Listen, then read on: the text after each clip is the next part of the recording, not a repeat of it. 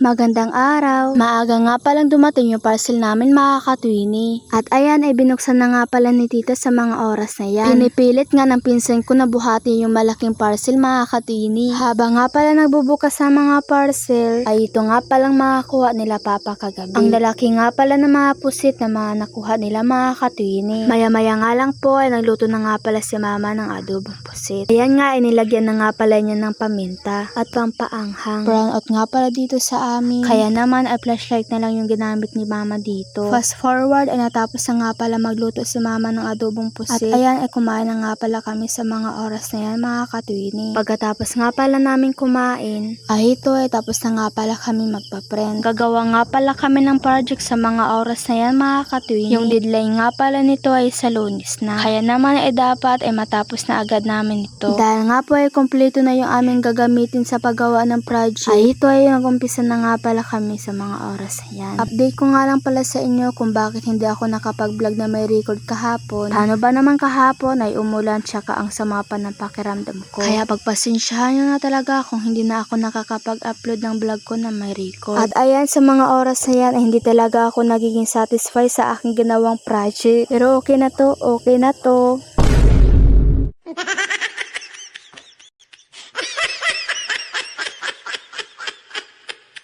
Bago ko makalimutan yung gagawin nga pala namin project ay family tree. Ang ganda ng project namin pero ang hirap lang talagang gumawa ng puno.